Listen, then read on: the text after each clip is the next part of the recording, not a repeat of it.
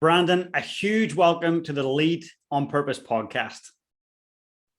Well, thank you. It's great to be here. I love talking about leadership, and we can't get enough leadership right now in the world we're living in. So you're right, spot on with this conversation and the many you have with other great thought leaders. Yeah, well, absolutely. Well, your name came up very recently with a thought leader, with our friend Scott O'Neill, and he talked so highly of you, of what you've done, what you've achieved, and where you started. So I want to get right into it. The one thing that when I seen it, it really caught my mind was the book, You Gotta Have Balls. So tell me about why you wrote the book and why the title. Well, I wrote that book just to explain a little bit about the path. I mean, most people want to know, most people want the glory, but they don't want to know the story. And, listen, it's always curious when you see somebody who's had some success. You want that success too, but really what you really want is the process. You want to go grab their story, not grab their glory. And you got to have balls was my mother's favorite line. My mother was a relentless, always pushed me to say, never settle, be relentless, go after what you want, and don't settle for success. Success can be very mediocre. Be extraordinary, be the best of what you do. When you're the best, that's what having balls is about. It's about going after not the status quo, but if it's not broke, break it kind of mentality. And we'd always walk around to different businesses. My mother would say, see this business? It's got no backbone. It's got no soul. They got no balls here. You know what I mean? They're just settling. Look at this. Look at the sign outside the store. Look at the way these people are dressed. Look at the place is messy. That kind of thing. And so it was great grooming as a young kid, to be able to have these discussions with my mom, who was a great businesswoman. And, back in the 60s and 70s, weren't a lot of great businesswomen. That wasn't like a thing like it is now. Like there's so many great businesswomen. That just wasn't an accepted thing. And my mother wanted no part of that. She was just a very entrepreneurial businesswoman and was always able to share her marketing thoughts with me and always prompt me to think about situations myself. So that's kind of where You Got to Have Balls, which is how I built my last company up and how it all kind of came together and how it started when I was 10 years old. So I love that book. I've written 3 books, but I love that book just because if you're an entrepreneur and a salesperson out there, it is hard. Entrepreneurship is not hard. It's just hard to get in the mindset. People say, can you be born an entrepreneur? Can you be born a leader? Yes, you can be, but you don't have to be. You can easily, everyone could be a leader. And for those everyone could be an entrepreneur. For those people that are going, yeah, Brandon, that's cool, but you've done this and you've done that, but they don't believe in themselves. What can you tell them about your beginnings and that leadership wasn't handed to you on a platter? I think the most important thing on leadership, what people have to understand is that, that when you look at the word leader, it's an Indonesian word, lead is really a pathfinder. Lee is path and der is finder. So it comes from the original word pathfinder. And pathfinders were people that would get ahead of the group and kind of lead that group into safe waters, safe territory. I look at leadership as that, being able to find your way. If you're going into the forest, you wouldn't just go into the forest alone. You'd make sure you were equipped. You make sure you're going ahead with the right people to take care of in case it was a bear, a rattlesnake, birds, dangerous plants, whatever it is. You want to make sure you have the right people around you to make sure you can create a path. But the game was to get through the forest on the other side. When I look at leadership, I think it's really comes down to 2 things. One, how do you take what you have and make it better? How do you take what's broken and fix it? So, it's simple business leadership. Take what's broken, fix it. Find what you're doing well, make it better. And then most importantly, getting back to the leadership and being a pathfinder, why I think everyone could be a leader, which is any act of kindness, anything you do to make someone better, anything you can do to help another person, which is 50% of the reasons why we're on this planet, is to help each other. The other 50% is to get better. So when I think about leadership, it's really about common sense. And what I say, if you want to increase your leadership, increase your empathy and compassion. Get out of your head and think about others. And how do you do that is by trying to understand what other people are thinking and try to understand what other people are feeling as much as important it is for you to what you're thinking and what you're feeling. So back to, we're only reason, there's only two reasons why we're here: to get better and to help each other. We're the only species on the planet, a dog, a zebra, a bear, a goldfish, bears, and none of them can get better. We're the only species that can improve and get better. That's not a feeling, by the way. That's a fact. Okay, you're never going to come downstairs. Your dog would have fed itself, walked itself, and is reading New York Times in the corner. You look over to the fish tank, your goldfish is going to be doing backflips. It's never going to happen. So you have to understand, if you're not trying to get your company and trying to get your family and try to get better yourself, you've missed 50% of the reason why you're even here on this planet. I mean, it's that simple.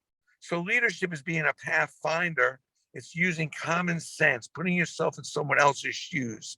By feeling what other people are feeling, thinking what other people are thinking, you get in other people's shoes and you understand what they need, what they may be feeling. And as a leader, what you can do for them to feel better, do better. That's what great leaders do.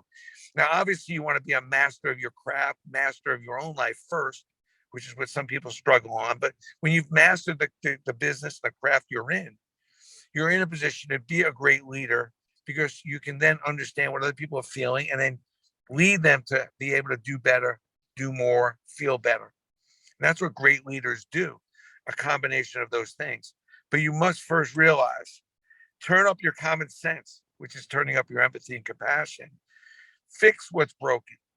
Take a look at what you're doing and figure out how to do it better. That will excite people. And most importantly, we're here to help each other as an overall common denominator. So you can always show any sign of helping one another, helping another human being, helping your classmate, your teammate, your worker next door to you. That is signs of leadership. Any act of that is good leadership, which is why I feel everyone could be a leader, not just the person in the corner office. And I wish, and what we're desperate need of is more leadership in communities, in schools, in business. We need more leadership, not just people looking to make a dash, to make as much money as they can, but to make as much of an impact and a difference as they can. Sorry, I went on a little rant there. Brilliant. I love it. I kind of had that, I had that kind of pent up in me on a Friday, but I wanted to get that out. Well, what I hear there, Brandon, is that leadership is definitely not a destination. It's an ongoing journey.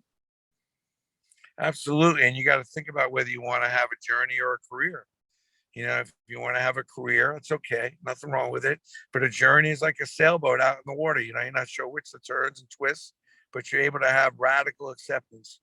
I think it's really important as a leader to have radical acceptance. The CEO of Twitter said this, I think, a few months ago. I was listening to something. He said, in life, there's a lot of fires burning. You can't put them all out. Radical acceptance means you can't always make a difference or make an impact on everything. You got to pick out your spots, and you got to accept some things for the way they are. That's smart leadership, as well. So radical acceptance is something most people don't talk about, because, why would you accept something that you're not happy about? Because you maybe can't fix it or you can't make a difference on it. So why mess with it? And I think a lot of leadership gets off track we saw our president here, Trump, who really did not have any conception about radical acceptance. He fought and battled everything, every day, all day. And he got caught up in so much minutia with so many things that he couldn't make an impact on difference in. It took him away from the important issues. And as a leader, it ended up costing him the election, amongst other things. So, but you can learn from that. You can learn from all leaders, good and bad. And one of the most important things you can learn is, prioritization and perspective. Beautiful. And in terms of figuring out what your priorities are, because often leaders, I work with several different CEOs and leaders that talk about, I've got to deal with email and I've got to deal with staff retention and culture and sales and marketing. How do you just get in on a Monday morning and go, you know what? This is the priority. This is the one thing we got to focus in on. Well, I'm a big fan of, if you have more than 2, possibly 3 priorities in a day, you probably got no priorities, and you're probably headed to a shitstorm anyway. And I think, you got to have an MVP list, your most valuable priorities. I call it my MVP list. And the way you create your MVP list is with Most people have a to-do list. I have my not to-do list. The stronger your not to-do list is, the stronger your MVP list will come together. And I think you got to know who's important, and you got to know what's important and what's important to who's important. You got to do what's important to who's important every day.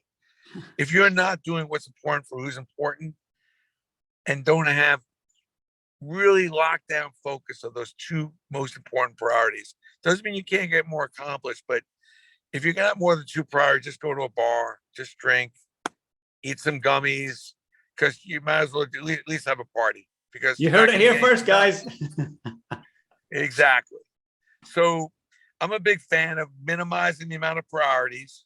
Most of us wake up in the morning and we're like, oh my God, there's no way I'm going to get all this shit done. And then you go to bed and go, oh my God, I can't believe how many things I forgot to do. It's just not a good feeling. I mean, why would you do that to yourself? So, prioritization and your MVP list, most valuable priorities, is a critical tool in managing. And having too many priorities and expecting all those priorities to get done is really a direct road to disappointment, not feeling really good. And confidence is king. And having a good track record of knowing what's important and who's important is ultimately what gets you through the day in a big way. Powerful stuff. And a kid who came true, from though. It is bloody amazing when you think about it like that. It is so true. And yet we often neglect it. We get caught up in all the other craziness. I knew today exactly what I had to get done because it was two or three things. And if anything else got done, great. But those two or three things by hook or crook was going to get done. Did you do them? I know when I put my head down, I got the most important things for the most of the people done. And I wasn't going to let some of those other little fires get in the way of these most important fires. Good. You can't put out all the fires. So stop. If you're a leader out there listening, stop trying to put out all the fires. It's not going to work. You know which are the important fires. Let's start with the ones with your families in, and then the one with your most important employees. Start with those fires. That's amazing. And then get to your most important clients. That's amazing. And I want to talk a little bit for those who are listening right now. You started off as a kid in Brooklyn from scratch, ended up buying Yankee Stadium, growing a multi-million-dollar businesses, in fact, several multi-million-dollar businesses. How does that happen? Like many kids that started off from scratch, that didn't happen for them. What's different about your thinking, your decision-making, and your personal leadership? Oh, it's a great question. It's a complicated one. And I think when I think about, how you get from point A to point B, I think it always starts at the beginning. And the best way, is to start making sure that you get your story straight at the beginning, because there's always great learning lessons, particularly when you're growing up. It's all about how you want to accept those lessons and look at them. I grew up extremely poor. 539 Kings Highway was not a very sexy address. I lived over a Glock kosher butcher where, they killed the chickens right underneath my window every morning. I lived over a store in a very, very small apartment on welfare most of that time. And, I remember going in and I've been working since I'm 10 years old. So that's how it got started. And I don't recommend that, people should have kids go to work at 10 years old, literally on their own without any parental supervision, finding work and hustling. I mean, that's just a rare thing. And I felt like I needed to do that. But I remember going to see my mom and say I needed a career change. I want to do something different. I needed more free time. And I was working way too hard. And she's like, you're 12. Are you kidding me? And I said, yeah, but I want to be free after school. And I'm working every day after school and on Saturdays. So I opened up this paper route and there was a sign on the window that said, whoever opens up the most accounts will win a box of candy bars, which was like, wow, that's huge. I got to win that.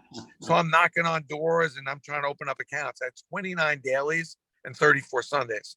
And finally I get to this older woman. She's got to be close to 80. And I said, man, would you get the paper delivered? She says, absolutely not. I said, it's the same price for me as the corner store. It's 8 cents. She said, yeah, but then I got to tip you. Now I've been out already for almost a week. I hadn't opened up an account. I go home. I say, Mom, we got to move out of this neighborhood. This neighborhood sucks. The people are cheap. These people are no good. They don't even understand what it takes, how hard I'm working. My mother says, sit down. I'm going to tell you this only once. Stop selling. Start serving. Start solving. Be a solution-based business person. And get out of your own head. You want to be an entrepreneur, you got to start thinking and understand what other people are thinking, what other people need. I know you want to open up accounts, but what do they need? So I go back, I'm knocking on doors, and at 10 o'clock at night, literally, I knock on this woman's door. She thought there was a fire. Are you crazy knocking on my? I said, ma'am, just give me a minute. If there's torrential downpour, a snowstorm, ice on the ground, heat wave, a woman such as yourself shouldn't be out. I will deliver the paper, never be late, 7:30 a.m., and I'll bring you milk and bagels every Wednesday and Sunday. You would do that for me? I said, I was concerned. I mean, sure enough, I'm delivering more milk and bagels. I went to 199 dailies, 234 Sundays, won 2 boxes of candy bars. And, you know, I love that story. And the question I ask anybody listening is, are you really listening to your customers? Are you trying to solve a problem? Are you really trying to serve them with what they need? Or are you serving them with what you want to sell them? Because there's a big difference. But the most important thing that's most impressive about that story, as a 12-year-old, the level of empathy and compassion that I was able to think about. Because this woman was not just any ordinary woman. She turned me on to the whole neighborhood.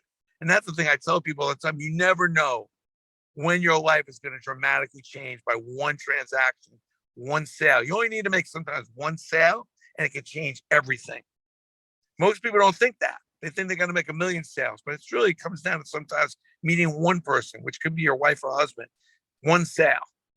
I made one sale to this woman, 2 boxes of candy bars. So I was already king of Saudi Arabia, man, after those 2 boxes of candy bars. But, you know, at the end of the day, I learned a very valuable lesson, which was compassion and empathy, common sense. What's an 80-year-old woman going to do when the weather's bad?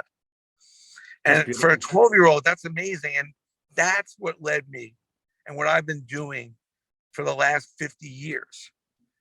I meet a Derek Jeter. I'm not thinking, most people, when they meet a celebrity or a big account, they're thinking about what they can get.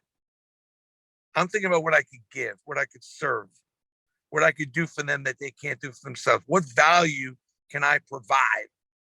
And value is what you could do for someone that they cannot do for themselves. That's value. Nobody wants to talk about value because it doesn't always get to the bottom line, some of the things you have to do for someone. But ultimately, when you're valuable, nobody's getting rid of you. So when I meet a Derek Jeter, who's a valuable commodity, I know he's going to end up being Jeter, but I'm helping with his turn too. I'm helping to raise money. I knew the foundation was important. You try to find things for people that they need and try to be a solution-based business person and do what you can as much as you can for as many people as you can, as often as you can, and expect nothing back. So when you go into that game of providing value, it's not with one hand to help and one hand to get something back. It's doing what you can to help. And that's incredible. People are moved by that. And when I think back, the amount of bagels I delivered and milk and I had some swagger, man. But, you know, it's like, but what I love about that story is that common sense. I wasn't born with that. You know, my mother pushed me, but to even think about what it's like as a 12-year-old to be an 80-year-old and the dangers of it, you know what it's like for an 80-year-old to go out in bad weather. I mean, damn, that's really smart. And that's what I really, really hope that the people listening to this will get from this story is like, are you really thinking about the people you're dealing with from their view, from their emotional state? And that's how you win, and that's how you win big. That's just gold. For you that's listening right now, I hope you guys are writing that down because it's not about focusing on sales, what you're saying there, Brandon. It's about focusing on empathy, focusing on the customer, focusing on value, and the sale takes care of itself. Because empathy, the definition of empathy is to put yourself in a common person's shoes, which I'm really saying, just if you want to have more sales and more entrepreneurism, increase your common sense. Get into the common person's shoes and get out of your freaking head and get into other people's heads. I'm so externally distracted from an empathy standpoint. I'm always thinking about everything that I see around me and what it feels like to be. Whenever I call somebody on the phone, I mean, like, where are you? What's it like there? I want to be in your head. And it's a better way for me to understand like where you are and who you are. It's so great. And the word that keeps coming to mind as you say what you just said is influence. And I don't mean that in a coercive way at all. Leadership in an influencing way. So for people who want to develop authentic influence in a really empathic way, how do we develop influence as leaders? Trust. I think that, people have to understand as a leader is that most people think if I have the best product, I'll have the best business. And listen, I think having a really good product is one of the three most essential parts of owning and running and leading a business. You got to have a great product. If I buy a bottle of water, you don't want to buy the bottle of water there's some fish swimming in it, right? You want to make sure that it's efficient, it's effective. You want to be able to get the water when you want the water, where it's supposed to be, whatever. But what people don't understand is that people don't come back. They will not, you don't get customer loyalty just because you had a good product. The answer to your question is to get that kind of loyalty and get that kind of influence, people have to like you and you got to be nice and they got to trust you.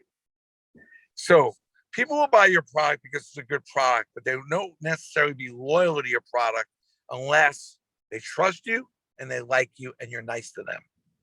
And this is where a lot of companies fall off the wagon. Yeah, you got a great product, but have you ever talked to the person on the phone that is selling your product? The minute I get an opportunity to go somewhere else, I'm going. So if you want loyalty and influence with your customers, then you have to be nice to them. You have to treat them well, and you have to create trust, because relationships, and the better ones anyway, are all based on trust and likability. Mm-hmm. If I don't like you and I don't trust you, the first opportunity I have, I will jump off your ship and buy somewhere else. So as much as I want to have the best product and I want to be efficient, I want to be effective with my products, I want people to like me. I want people to trust me because I want their loyalty. So when other competitors come up, they're not going to slide over so easily. That's beautiful. And with your business, can we talk about sports memorabilia for a second? Of course. So tell me Love about sports that. memorabilia. If I was going to be in your company, I was going to work for you, what would keep me working for Brandon and not going somewhere else? Mainly because there is no day alike. I mean, I've come up with some ideas that are completely disruptive. I mean, we have no idea what we're doing. I was just thinking this the other day. It's like, at the beginning of the year, you set your list of goals. Like one of my goals is to try to accomplish something based on the fact that I have no idea what that is and I have no idea what I'm doing. And that's like weird. Like I'm like, one of my wife's like, "Do you have any New Year's resolutions?" I said, "Yeah, I'm trying to figure out something that I have no idea what that is, or even how I'm going to do it." And that's kind of where collectible exchange is. Like we're going after eBay's business. We have a huge marketplace where you can put your memorabilia up and sell it. And we have 150,000 items on there. And then alongside of that is 80 microsites of athletes where you can buy product directly from them. And the way I come up with that is I knew athletes wanted to sell direct to consumers. And I'm figuring there's all these customers that I've sold millions of collectibles to. And I'm figuring out, I know that at some point they're going to need to sell their stuff, and where they're going to do it. They need a place they can trust and a place they can feel comfortable with. And it's not eBay. So where else do you go sell your collectibles? And I'm hoping it's going to be on Collectible Exchange or Athlete Direct if you're an athlete. So, for me, it's like, I'm okay with the discomfort. I'm okay saying on this, I don't know what I'm doing. If you're working for me, you need to be comfortable with the fact that tomorrow is going to be a new day. And most days are not the same. And that's not for everyone. And that's, if you're working for me, if you really wanted to get in a straight line, if you think you were taking the local train in your neighborhood to get to work, then my company's not going to be for you. We're like a sailboat out in the middle of the water, and every day the wind is blowing all these different ways. And we're just trying to stay afloat, man. And I love it because I feel like I'm 20 again. I'm building a new business. I have no idea if this is going to work. I know there's a need. I think it's a solution to a lot of people that are sitting with a lot of collectibles that don't really have a platform to sell it. And what's interesting is I've been studying the two greatest platforms that we know of, which is Amazon and Alibaba. And when I thought about this, when I started building my site, I'm like, I don't want to be like Amazon. I don't want to control everything. I've already done that my last company at Steiner, and I'm not with Steiner anymore. I want to be like Alibaba. I want to go to all the greatest collectors that are all over the world, whether it's Australian football, Russian hockey, Japanese baseball, European soccer, American football. And I want you to be able to go on this site and see all these things. That's my goal. Alibaba is not a platform that makes things. They're a platform that enables all the greatest in all these different categories to collaborate and sell their product. So they can do what they do, and I could be here creating and market and build the best platform. So Collectible Exchange is such a myriad of great collectors that I've been able to lure onto my site. My job is to market, SEO, digital market, and bring the traffic so people could see all these great things. Instead of like in my old company, I was kind of forcing them to buy the things that I created and made. I completely disrupted, for all those of you keeping score out there, I've completely disrupted everything I built for the last 30 years and saying that's not good enough anymore. That's not really what people want. They want more diversity. They want more creative, more limited edition stuff. And I'm going to give that to you. And I've created a completely different kind of platform than I ever had beforehand, which, by the way, is very messed up. And at some point, I got to get my head examined for doing this, because a lot of people felt like what I created at my last company was pretty good. But I think this is better. I love that. Like, I really admire that. And when I was thinking before the call, I was like, the one question I really want to ask Brandon is, how do you go through different decades of life and professionally still maintain passion and purpose and meaning? And you're just explaining it right there. Like, you want to just level up, you want to disrupt, you want to keep passionate about what you're doing. It's amazing. I think the key is it's just my opinion, but I think the key to getting through the different levels and different ups and downs and transitions in life is it doesn't really matter where you are. What matters is what you want to accept. And what also matters is what you're radically willing to accept. I mean, there are some things that you can't make a difference at, you can't change, and you got to radically accept those things. And there's things that you know you can fix. There's things you can make an impact and a difference. And those are things that you got to go and get it done. And if you start getting caught up and think you can change everything, you're going to get upset about everything, and you let everything get to you, it's going to be very difficult for you to get through all those different levels of life and keep going and growing. And then the last thing is like, sometimes in order to earn more, you got to learn more. Sometimes you got to step back and go, you ain't that smart. And you better put on your learning shoes. And hopefully that's more often than not. I was a horrible student, hated school, managed to get through, got my accounting degree, went to Syracuse, loved it. But I really learned the importance of learning. And I think that if you want to earn more, you got to learn more. And I've always been a curious learner. So if you want to get through the different phases, you got to turn the volume up on your curiosity, and you got to be open to learning. I don't care what degree you have, or what position you got. If you're not learning, you're probably not at your height. So that's how you get through the different phases. In my mind, it's radically accepting a bunch of things that you know you can make an impact on, things you can't change. Like I said earlier, let some of the fires burn out. But more importantly, the things you can make a difference and the things you do want to put your heart and soul into, go for it. As long as you know you can fix it. That's so amazing. Doesn't matter where you're at, my friend. What matters is what you want to accept and what you're willing to allow and put on the side and not get yourself crazy about. Phenomenal. And talking about great leaders and having someone that is out there as a bit of a role model, you're obviously deep into sports, you're passionate about sports. Who in your mind is one of the greatest leaders in sport of all time that really inspires you?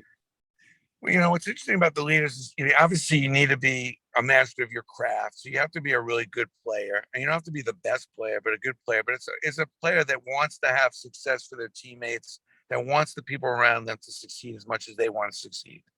You can't be jealous. You can't look at a player who's really great, they're not a great leader if they're not enjoying the success of others. So, I haven't met every great leader. I've met every great athlete, although I've met quite a few of them. I mean, Mark Messier is one of my favorites. He just wrote a great book on leadership. And the reason I love Mark is he has just a high level of empathy. He always thinks of others and enjoys other people's success as much as he enjoys his own. And if you watch him when he played hockey, you watch when a goal got scored, you could never tell if he scored it or one of his teammates did. He had as much joy and excitement. You can never tell who scored the goal. So I always thought he was a great, great leader. There's a lot of good leaders out there. It's difficult for them to show those stripes because there's so much media attention that twists and turn different things. But I think when you see teams win, you see it with Golden State, with Steph Curry. It's waving his towel when Klay Thompson supporting him.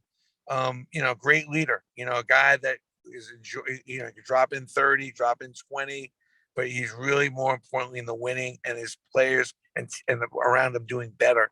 Those are the people that I watch and really enjoy. I think he's like one of my favorite leaders, up and coming, young. And I think LeBron is a lot that way too. But can you detract the attention from yourself and push it onto others? when needed, when necessary, to boost others up is a great sign of leadership. It's really hard to do it today in sports because the expectations are so high, especially for the higher paid athletes. But those are a couple of my favorites. Always love Muhammad Ali. I mean, not enough gets talked about him. His his leadership, his giving, selflessness, traveling the world. I mean, amazing. Got to work with him for about 7 or 8 years, and really just always learned a ton from him every time I was with him. So if you think about that, because to me, that's incredible that you got that opportunity to kind of rub shoulders and learn from him, be with him. What was one of your greatest takeaways from Muhammad Ali? I mean, my greatest takeaways from Muhammad Ali was that he was more interested in serving always. When he was in public, he realized he was a public figure and what the give was, and he never came up short from an entertainment standpoint, whether it be sitting there signing autographs, going into communities, neighborhoods. He was never afraid to disrupt and do what he felt was right. And when talking with him, it was always very, very generous with the details about, what his mission were and what his journey was. And this is a guy traveling, a couple hundred days a year with Parkinson's. So I think there's a lot of joy in trying to make the world a better place. I think sometimes people underestimate, the collaboration. We're all better than some of us. We're better as a whole than we are individually. When I see people trying to make the whole world a little better, it's moving. It's pretty cool. I mean, that's one of the things I love about Warren Buffett. I mean, to go give away $70 billion to Bill Gates, who could probably do a better job with his money and helping people, that really moves me. Like, that's a collective. I don't want to attract a lot of attention, put my name on everything. I'm like, I want to have the biggest impact. I love making money. Let Bill Gates, him and his wife are really focusing on trying to make a difference in the world. Let me get behind that. Like, those are great role models in my mind. Oprah, I mean, Oprah's been a great role model of mine. I love her leadership skills, her ability to articulate how to help other people. I think a lot of people struggle with how to help, how they can be a help, how they can make a difference, and constantly putting great leaders on her shows, showing how you can make a difference with these little things. She's been a huge, huge difference maker. Agreed, 100% globally.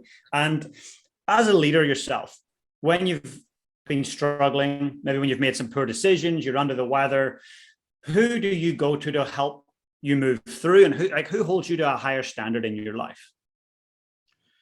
Well, this is often, by the way, I mean, if you're not screwing up and feeling that way, especially as a leader, I mean, you're always a little paranoid. You're always doubting some of them. You're always reviewing.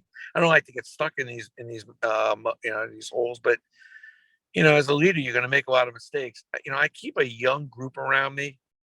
I have a Generation Z. I'm a big fan of what I see in young kids these days. So I'm always talking to young kids about what's going on in their view. My wife is always she's the police, man. I mean, she's the one who she doesn't sugarcoat it. So a lot of times, I mean, it's always difficult. Anybody who's married knows this, that, your wife is going to be right, probably in the high 90 percentile. It's very difficult to live with a person who's always freaking right. But, the truth of the matter is, women are a lot smarter than men. And I think for me, having lived with my wife now for 35 years, I mean, when I want the truth and I want the reality check, she's going to give it to me. She's my accountability police.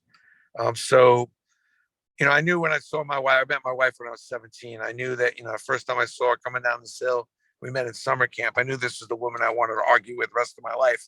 And there's no question that, like, a very smart woman. And I'm always careful when she does tell me her opinion, because even if I differ on it, I really weigh hard on it, because most likely she's going to be right. That's brilliant. Absolutely brilliant. And I want to, just before we wrap up, I guess a question I really want to ask is, if you were talking to your kids and this was the last thing you could say to them before you left Earth, and they were asking the question, hey, Dad, how do we go through life and lead it on purpose? What would your answer be to that? What I would say is make an impact, make a difference. Do what you love doing, and take it to the level where you can make an impact, make a difference. Because when you get to be great at something, or extraordinary at something, you then have the doors fly open to make an impact. Use that power, use that influence to make an impact and make a difference, and have fun. I probably wish I had a little more fun. I'm not the most fun guy. I think, I've had plenty of fun, but I've probably been pretty much more on the serious side than the fun side.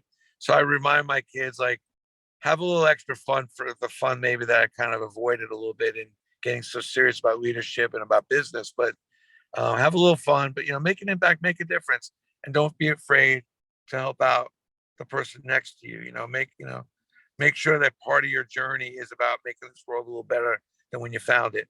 I think it's such an important thing. The message I tell a lot of people in my coaching, in my leadership classes, is that you can only go into a company with one mission, which is to make that company better than when you found it. Okay, your industry should be better because you were in it. And you remember, above and beyond, on top of that, you are here to help. So not everything is a bottom line item, how much we making. Part of the deal is, as you strive towards extraordinary and big success, is to do good. When you do good, it'll lead you to doing well. Most people think, I do well, I'll make a little more money, then I'll do some good. No. I would say to my kids, focus on doing as much good as you can. And the more good you do, it'll lead you even doing more well. When it comes to your own fitness, your own health, your business, do good. Incorporate good into your life, into your day. Help other people, be generous, and it'll lead you to doing well. That's so beautiful. And for those of you who are listening right now, do good, get out there and do good. It's such a simple yet powerful message. Brandon, I just want to say a huge thank you for what you do for everyone around you, that you lead in your family, in your community, in your businesses. What you do is inspirational. And I'm so glad that we actually got a chance to connect. Well, thank you. I'm a big LinkedIn guy, by the way. So message me on LinkedIn, follow me on LinkedIn, and on Collectible Exchange, or you go to cxstuff.com. I'm giving away my book free. All you have to do is pay for the shipping. If you want to get a signed copy of any one of the 3 books, I'm always happy to share it. Please just message me or go to cxstuff.com and you can pick up a copy of the book. If you have anything you want to sell, Collectible Exchange is your place. Thanks for having me. Appreciate it. Hopefully this was a help for the people out there, and hopefully we can all add a little leadership into our life starting tomorrow. I love it. And I'll make sure and put all that in the show notes for everyone, so they can get in touch with you, get a copy of your book, and go and check out your website. Hey guys, if you enjoyed the content today, please smash that subscribe button below. And if you want to become part of my community, I've got an amazing free Facebook group. Please come and join us. The link is in the description below. And also, if you've got any questions about today's session, I'd love to know. Just comment below and I'll be sure to get back to you guys. Have the most amazing day.